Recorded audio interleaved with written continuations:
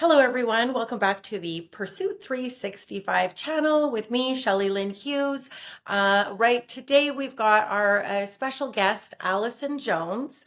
I'm going to read Alyson's bio before we get into chatting with her, but Alyson Jones, AM, RCC, is a highly respected therapist, educator, business owner, and writer. She speaks and lectures across North America and is the clinical director at Alyson Jones and Associates, where she leads an innovative professional team of therapists. She holds a master's in counseling psychology and has practiced as a therapist and mental health expert for over 25 years. Alyson is also a mediator who assists families and family businesses in reducing conflict and navigating complex situations. She is a regular on CTV Morning Live and is regularly featured in the media, sharing her extensive knowledge around mental health and conflict resolution. As an author and educator in her field, Alyson speaks at conferences, delivers trainings across North America. Welcome, Alyson. I am so excited to chat with you today. I know we've known each other for years, but I am really excited because I've never got to interview you before. That's true. This is our first interview. We've had many conversations, but thank you so much, Shelley Lynn, for inviting me to be a part of this. Well, I'm really excited. I know you've got so much knowledge. You share so much with the world, trying to help the world. And so, yeah, this is going to be a great situation. So, where are you today? Today you're in Vancouver, is that correct? I'm on the North Shore. My Okay. office is in West Vancouver, actually, and I live in North Vancouver. So spend a lot of time in the North Shore. But what's great with all the online technologies now is we can provide services all over the place. So what an opening that has been. So I'm going to get into the actual questions that, I want to ask you, but that's one thing during COVID, did you find that your practice, because we couldn't meet in person, did you find that your practice opened up, outside of Vancouver area? That's actually, it's been fascinating because it really did change my field in a lot of ways. At first, it hit us hard, and I think a lot of people probably, because everybody was anxious and just hunkering down at home. And then when we realized what we could do with the technology and still be able to assist people, it really made a difference. And so now we, like ourselves at our office, we offer a hybrid to people where if you want to come in person, we have the office, but if you want to do online, we have that.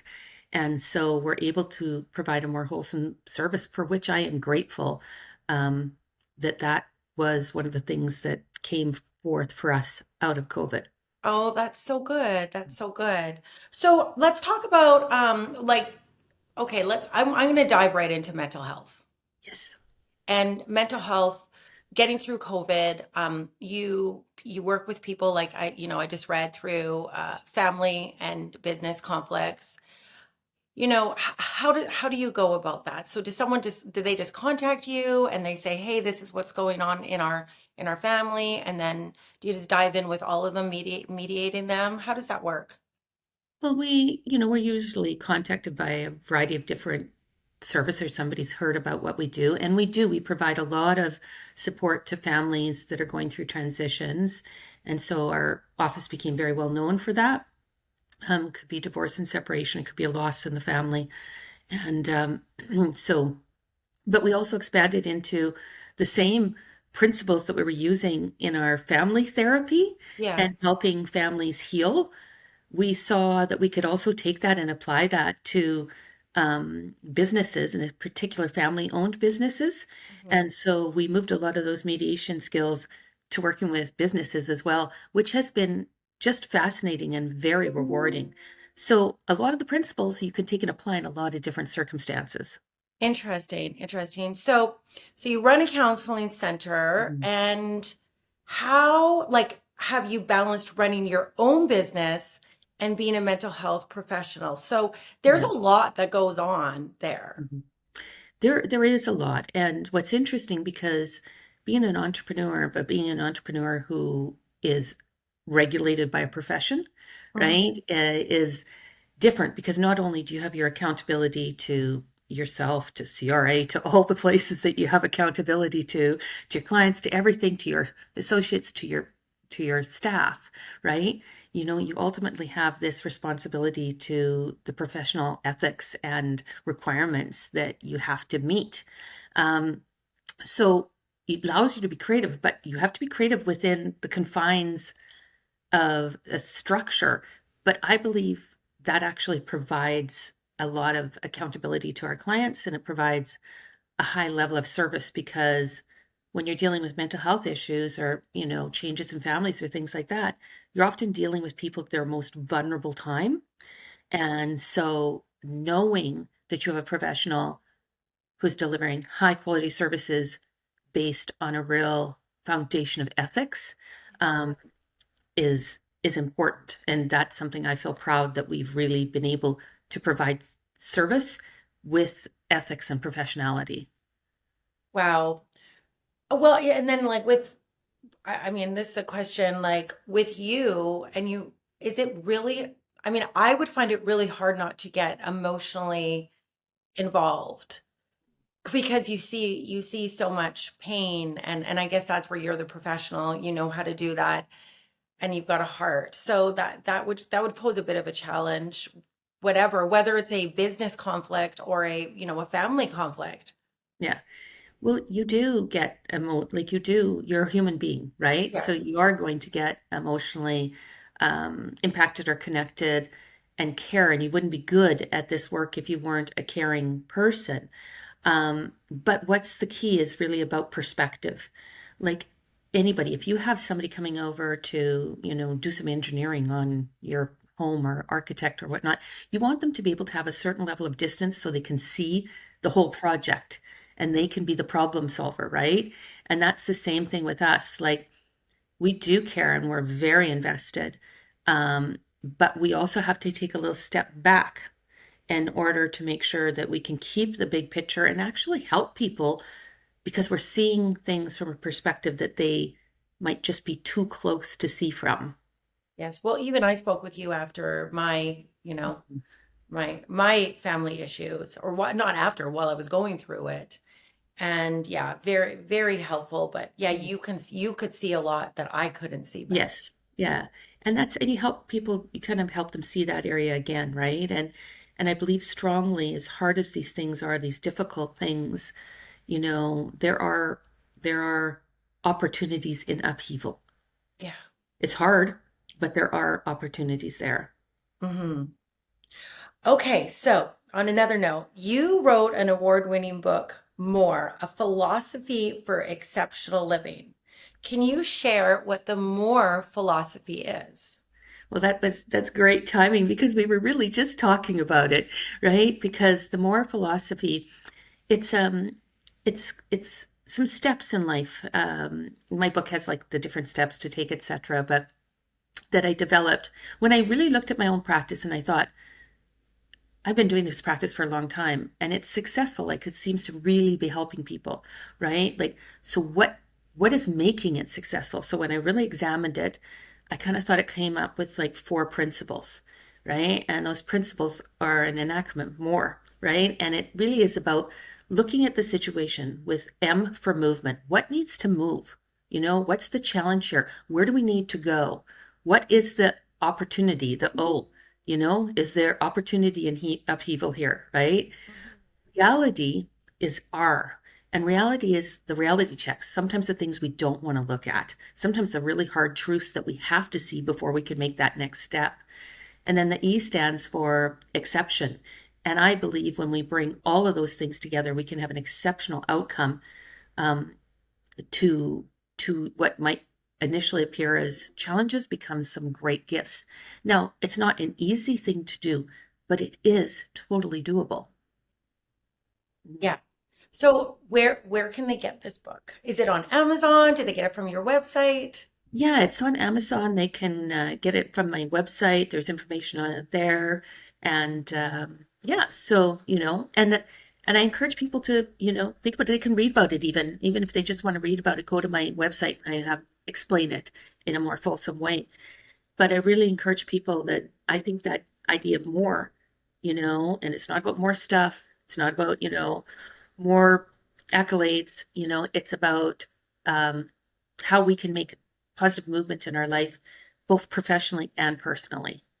I love that because the two of them go hand in They hand. do. They Like do. essentially, that's part of the reason why, well, that is how Pursue 365 evolved in the very beginning is I wanted to support people both in their personal lives and their business lives. Because if one is a mess, the other one's probably not going to do so well, right? Yeah. And I talk about this quite a bit. So I love that. I'm actually, I don't have your book. I'm going to order it Uh, because I think it'll be very interesting. Yeah, both personally and professionally. So yeah. interesting. And oh yeah, we're going to put your link or your website down below so people can go there. And I'm sure it's on Amazon as well. So Great. Okay. that's Yeah. so good. I Okay. hope you enjoy it. Mhm. So have you applied the more philosophy to your own counseling practice and your experience of being an entrepreneur? So how have you personally used your more concept? Well, I mean, I'm using it all the time, to be honest, right? But I look back on that, we were talking about COVID earlier, right? Mhm. And what presented as an incredible challenge, and it was a challenge for the whole world. But I was able to look at, here's my business. We've operated this one way. What needs to move, what needs to change here because we need to adapt to the world that's changing. Where's the Mhm. opportunity, right? Well, we can, actually provide service to people on the computer while they're sitting in their living room, right? What are the reality checks? So we've got to get everybody up, on their tech skills. We've got to get appropriate computer, programs in place. We've got to let people know, right? Like those things, logistics of it, right? And then the exceptional outcome for us was we went from the beginning of COVID as a business, it really went down. Our first 3, 4 months were very scary months as nobody was accessing services. Then it started to lift up and become even more successful as a service to the clients and more successful as a business. So that's one of those things rather than be defeated by it. Like even recently we had some flooding when I had the atmospheric river Oh, and it was hard. But we ended up our office was shut down for a while, but you know what? It's been renovated and it looks fabulous now. So like those sort of things, they're always being applied in our real lives. Yeah. yeah. So for your business and personal, yeah, I remember when you went through that. I felt so bad for you. Yeah. But then, like you said, there was a positive Mhm. outcome. You Yeah. got a brand new renovated, It's like there's some exceptional outcomes to difficult things. And, I really try to apply that to my relationships with my friends, my family, people, my colleagues in the same way. I try to be, is there something that needs to move here? What's an opportunity? How we can do something exceptional together. Yeah, I've noticed that in life, like when now getting older and more experiences, that if you just if you're optimistic and you actually can look at things in a different way, there's generally a silver lining once you've been through the tragedy or the difficult times. And I've just noticed that like if I can look at it differently, um, then it generally I think I've mentioned this multiple times because I just loved it so much. But when I first told one of my dear friends, Ann Kaplan, about my divorce, she was the first person I told. And she phoned me up right away and she said, Shelly, what an extraordinary opportunity for you. That was the first thing that someone said to me. And I still remember that to this day. And again, nobody wants a divorce. Nobody wants to have a marriage to break down. But in fact, it actually worked out better for me. He's happier, I'm happier. It's been great. So, and even within life, I've just noticed that, yeah, if I just look at things, change my perception, Yeah. I always almost everything has turned out better. it does, and we need to trust that too. And it's hard to trust that in the dark moments, right? And we are allowed to have our grief. We are allowed to feel our feels, to have our anger, to have our frustration, disappointments, all of those. Don't just rush through those feelings, but have them and move them. See, that's the key is move it, right? If you're not moving your feelings, you're going to stay stuck in them. And if you stay stuck in those feelings, become a bitter person. And people don't want that. So that's the part of movement. That's part of the more philosophy, right? then when you come through that, you're able to kind of go, many lessons were learned along this way. And I am actually, grateful for the opportunity, even though I couldn't see it at the time. And you weren't meant to. It's not right that you couldn't see it at the time. You were meant to feel loss for the grief and the changes. Then, I always say keep a diamond in your mind. And so through that whole time, you just keep that diamond in your mind. And I then, love that. Keep yeah, that diamond in in your your mind. mind. That's Yep. beautiful. I've never heard that expression before. Yay. Yeah, I like good. that. I do like it. So Yeah. for you, like with your when you had the Mhm. flooding, at first, I bet like anyone would, Yeah, oh, the pain, it was. your Yeah, the pain.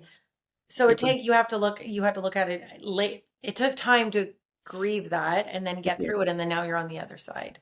And now, and yeah, and we really are with things look different and things were lost, right? Mhm. Important things were lost. Oh, So you need to grieve that and have your frustration.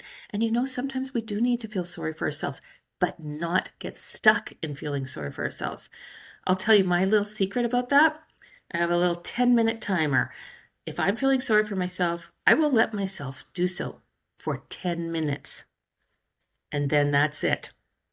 I'm you over. gotta stop. Then I'm like, okay, you satisfied that, Alison. You spent the 10 minutes feeling sorry for yourself. Now it's time to get on with your day. But that way, I'm still acknowledging my feelings, but I'm not getting stuck in them because those feelings need to move, Yes. right? All of those feelings need to move. Because you can't ignore them. If you No. ignore them, they're staying.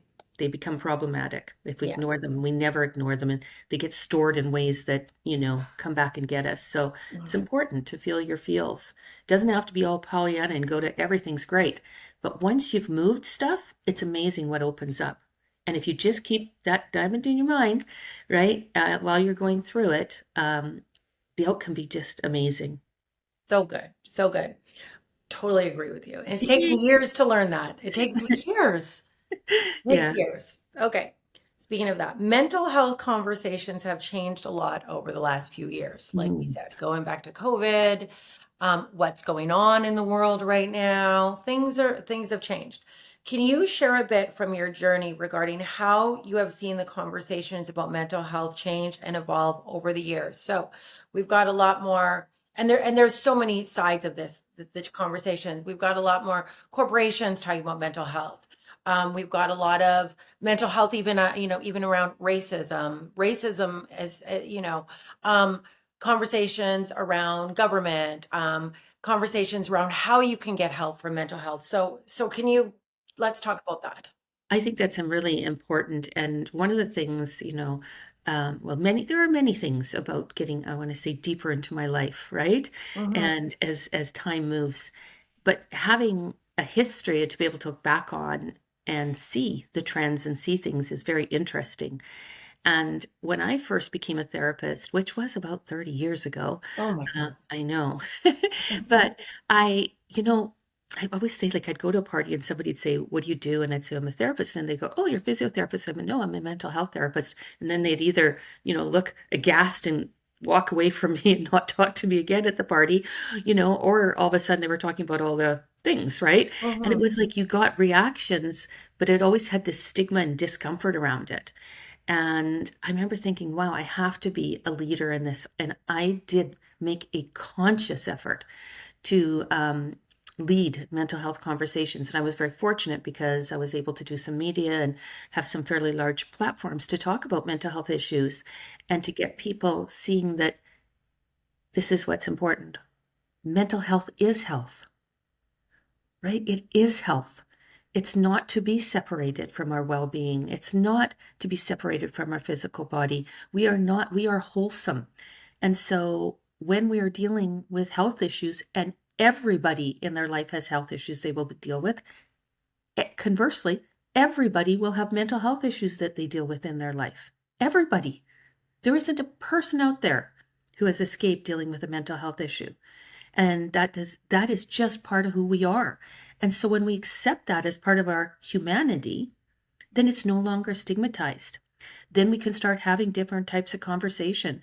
Then we could dig into things about how do we support people we can start to recognize the impact of anxiety or post-traumatic stress or, historical abuse or all of these things. We can recognize those things and then bring forth support and some solutions.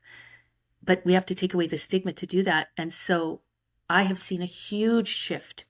And one of the gifts of, COVID was it really propelled that conversation Yeah. so that more and more people were talking about mental health because people were struggling. And now, when I work with young people or I see the young people that we have out there, their comfort level at being able to check in and tell you how they're doing with their mental health is so great. So for me, it's one of the things I feel the best of. The legacy of my practice is being able to lead in mental health conversations. That's wonderful. So what made you drawn to that? Like you said, you've been doing this for 30 years now. Was there something in your life like that you were just so myself in my career right now, what I'm doing with Pursuit, there was a lot that I went through, in my younger years to now. I want people to feel heard. I want people to feel valued. I want people to be able to share their stories so other people learn from them. So for myself, I know I I got to do what I'm doing because of my personal experiences. Was there something in your life that put you in this direction?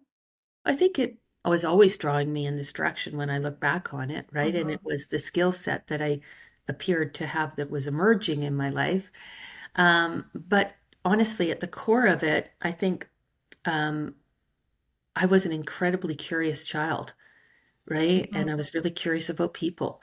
And, so I was just drawn to want to work with people, to want to be of assistance to people in some manner. And just like that diamond I talk about in the mind, I kind of feel like that was a diamond drawing me forward and helping me build up the confidence because to become a professional therapist, I obviously had to do, a lot of school to do that, right? Hmm. And I had a learning disable. I had a learning disability. I'm dyslexic. And so, you know, I had to find strategies to be able to be successful at advanced education with a learning disability, right? I had And no idea you're dyslexic. yeah, That's yeah, never come up in these 10 years that I've known you. yeah, I know. And it's, I mean, and I'm proud of it. It's not something that I keep under the cover. I'm No. proud in what I've accomplished with that. But it was work to do so. But it was also one of the best confidence builders in my life was I can do this, right? Yeah. And there are ways to accomplish this. So you just always knew. I bet you were like that awesome best friend in school at helping everyone. Okay, yeah, plead guilty. I was. Yeah, That I for was. I sure. was Mhm. definitely the person. You know what? I hope I still am. Well, definitely. I mean, you can just tell by what you're up to with your friends and family all the time. And, you do have some dear friends that I see that you're always with. So Yeah, I think you've got that. You good, definitely are that. good. And I bet you have so many clients that are patients, I guess it is, where, Hmm, Try it. you've helped them. I know for myself when, I was going through what I was going through, you were there for me. So thank you for that. Good. Yeah, Okay, so around that, okay. You speak a lot about resiliency. yeah, And can you explain a bit how you perceive resiliency and how this applies to your own journey? So it's one thing to talk about resiliency, but I want to hear about, well, you've just a little bit yeah. talked about it, but let's get a little deeper in there. I did. I referenced because resiliency is part of the narrative in the story. Like I referenced the whole COVID thing, and I referenced the floods and things I have had to overcome, Yeah. and but I believe resiliency is a word we use a lot now, but I think it's very important to understand it. Hmm. And the key with resiliency is you can't give it to anybody. Like as much as we love our children, we can't give them resiliency. No. We can't. We can create situations in which they learn resiliency, but resiliency is a real life lived experience. It can only be gained through experience. And so, one of the things, because I do a lot of parent education and, parent coaching is helping parents understand that children really need their real life challenges in order to build resiliency. And I'd rather build it up gradually, right, and consciously than, have somebody fall on their face and have no skills to deal with it, right? So, I always look at it as like if you're skiing with a child, right? You're not you're skiing with them, you slow down when they fall, you encourage them to get up, they get back up, you continue to ski. You don't pick them up, you don't help them up every single time, but you're there encouraging them, you can do this, right? And that's what resiliency is it's always about, you know, getting back up. So I always say to people, if we didn't fall, right, we wouldn't have any resiliency. And resiliency is essential for humans. We must have it. So are you, I mean, because I do have a teenager and Yeah. I have a 9-year-old, are you finding that kids today, teenagers or young, even young adults, are you finding they're more resilient or less resilient? It's interesting. That's a really good question. That's another podcast. Yeah, that's a whole other podcast. But But no, like, are you finding that because in your practice, you yeah, probably, and again, no names or anything, but just in a general yeah. terms, because there's a It, lot of talk about that with the yeah. way teenagers are today or They, young they adults. they are in like, and when we think about a lot of our teenagers and today, think of what they've had, the resiliency they had to gain by going through COVID, right? A Mhm. lot of them went through COVID at very pivotal times in their lives, very highly developmental times, so there there are, but there's also another side it too, because when we're talking about encouraging conversations about mental health and talking about how they're doing and checking in, they do tell us a lot more when they're not doing well, right? And sometimes people misinterpret that as that person isn't resilient. They haven't bounced back because they're suffering from the just depression, or they're feeling really down or lost or disconnected, and they're having anxiety, whatever. And we want to, you know, people can still struggle and have the Mhm. resiliency. So I do believe this generation is incredibly resilient, right? I just think that it demonstrates different than sometimes we understand. They're not out to prove, oh, everything's great, it's so good. They're not even as accomplishment oriented. And what I mean by that, no, that's wrong. More recognition. They're more accomplishment oriented than they are recognition oriented. Okay. Like they they don't need you to tell them how great they are in the same way sometimes that maybe we measured ourselves by, because they have a very strong sense of um, equality and caring and acceptings of differences, and Mhm. so it is a resilient culture, but it also has its challenges too. Definitely. Yeah, Things yeah, are just different. Yeah. yeah. Yeah, I can never tell if they're more resilient or less resilient. I think they're more resilient. I think it looks different, but I think it requires different things from us, Mhm. right? And We we're still, learning. yeah, we're still very focused on the, okay, get up and go, and which is our measure of resiliency. But, sometimes people can get up gently without a big show, and they really are making movement forward.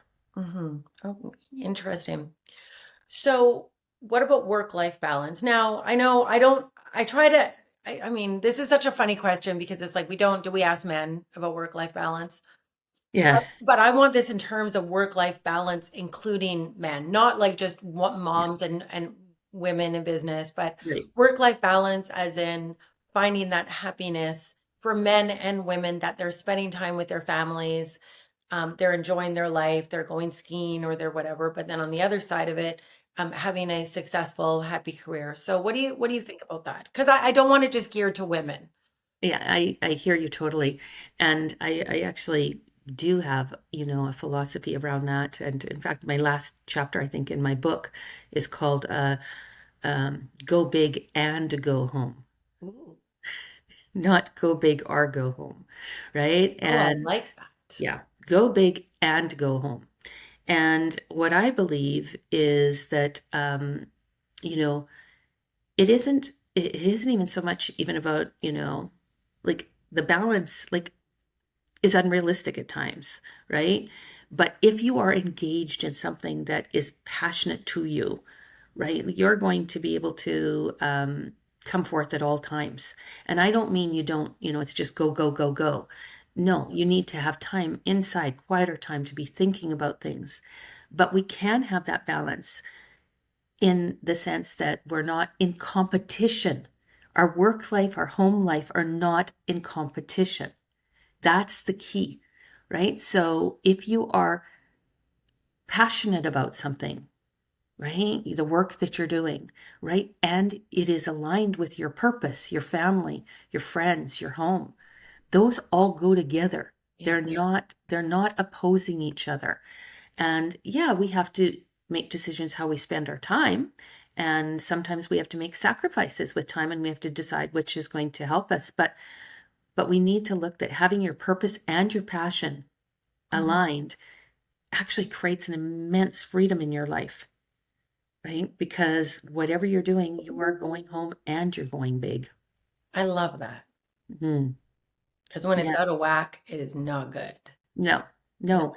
And you can get back to your center of your wheel, right? I always think about the center of the wheel where when you feel out of whack, you're on the edge of the wheel, right? The Mhm. wheel's turning and you're in, like this. But when you're in your center of your wheel, and that's where sometimes spending a little time with yourself, doing a little meditation, breathing, go for a walk, do the things you like to do, get you back to the center of the wheel.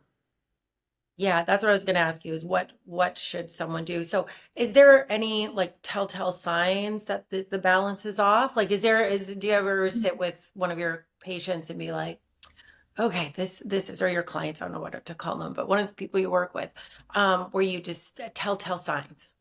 Yeah, and you can see on people, right? And it when people the telltale signs are when and you can tell them in yourself when you're becoming resentful, right? Like the feeling of resentful of a person, or resentful of your job because it's taking you away from this, the resentment. Then if it moves into some bitterness where you're just angry and you're starting to see the negatives, those are signs like, whoa, I need to get back to the center of my wheel and I need to align my purpose and my passion again, right? So You know, that's how you getting back to it, like you said, doing the meditation, yeah. doing things for yourself, taking a step back. Yeah, giving yourself perspective again, getting support like if you need that, which is totally fine. And but you can see when people become more bitter, when they become resentful of the things in their lives, or and that's a time to kind of take a bit of an inventory, do a little bit of a check-in, and then get a plan and remind yourself of the passion. Of course, there's always going to be things like I always say that we have to work hard in order to, be able to do the things we want to do. We have to do what we have to do first, right? And so, there'll be some things that are slogging through, but if it's aligned with your passion and your purpose, the slogging through isn't so hard. It's just what you got to do to get to that place that makes you feel fabulous. And once you get there, like Yeah. it's taken me years and years, most Yeah. most of my life. But Yeah. once you get there, what a beautiful place It to is. be. It is. It feels good, right? And that feeling is the feeling that like when we start to lose that feeling, other feelings come in. It's like, oh, got to go back to aligned purpose and passion, right? And so maybe I need to fill my cup up a little bit more with time with my family and remind how grateful and lucky I am that I get to do work that has such meaning to me, right? Or contributes to my family in some way. And so that's the thing is try not to be in competition with yourself. Try not to set up the biggest and best things in your life. Maybe your work and contributions, your family and friends. Don't set them up in competition with each other. Align them, right? And Yeah, then it just opens everything up. so good. I love Mm. it. Yay. Because until you get there, a lot of people, they're just like, I'm never going to get there. But if they do the work, you got to Yeah. do the work. Yeah. Do the work and the work is doable. Yeah, and if you can't figure it out, definitely call someone like you. Yeah. And there's no excuses these days to Right. not get counseling or get help because you can just you can just do it by like Zoom. And you Mm. know what? My one of my daughters was going through counseling and she actually her psychologist at the time, they even They didn't even put her face on. Like they just did it in a conversation, but it was through Zoom. But that like my daughter just, I don't know, she put her later on, she ended up feeling comfortable in doing this, but she did, it wasn't even a face to face. And it was so good just to talk, but not having to be like this. Yeah, there's so many ways to be able to do that, to get support. And it's a healthy thing. And I guess the thing I want people to think about when they're thinking about counseling and, you know, good counseling is a lot more coachy than people think it is. Like, and sometimes it's this idea, oh, coaches are focusing on, the now, counselors are focusing on the past. That's not accurate. Mhm. If somebody's telling you that, it's not accurate, right? I mean, counselors are, like I said, good counseling is very much about what do we do, how does the past inform us? What are the things we need to clear up if there's wounds that need to be cleaning? But then how do we best exercise our muscles to live in a way that is satisfying to us now? And what are the goals we want to set up for the future? So, good counseling covers so many aspects of a person's life. And the nice thing about working, with a counselor is that, like that part I talked about at the beginning, like we do have to work within our professional confines, right? We have to have an ethical base and an ethical base that can be examined. And we recognize that people are vulnerable. So we take a lot of responsibility in the work that we do and we treat it very seriously. I'm not saying heavy, I mean as in value for the client, Mhm. right? Because we have professional obligations that we have to meet, and Yes. so to me, it creates a very safe environment for people in whatever they want to explore. So good. And I think the first step, and I might be wrong, is to just acknowledge and accept. Yeah, absolutely. Like acknowledge, accept, and want to be happier and healthier. Like you want that. Yeah, And sometimes we can't do it alone. And in fact, I don't think we can ever do it I alone. agree. Ever. Yeah, I You agree. got to do the work, but I don't think you can ever do it alone. Like I know I got happier and healthier because I was surrounded by so many amazing people and counseling. Yeah, So, yeah, that's the first step. So, do yeah. you have any last, anything else to say before we sign off? Because I know you have a busy day ahead of you. Well, no, I'm just grateful to have the opportunity to have this conversation. Again, like I say, being able to contribute to conversations about mental health, and in this case also mental health and entrepreneurship combined, Combined. is a really fascinating experience. And you can do good things. You can do meaningful work. You can live a very full life when you align your purpose and your passion. And so, thank you for letting me today share some of my purpose and passion. Well, I'm so glad I got to know you just a little bit better. And again, you're an incredible person. You're an incredible person. You're an incredible business person. You've done so well, and it's very impressive. You're Thank very impressive. you. Thank you, Seth. Thank Thank you. you. Thank you Yeah. so much. Okay, thank you.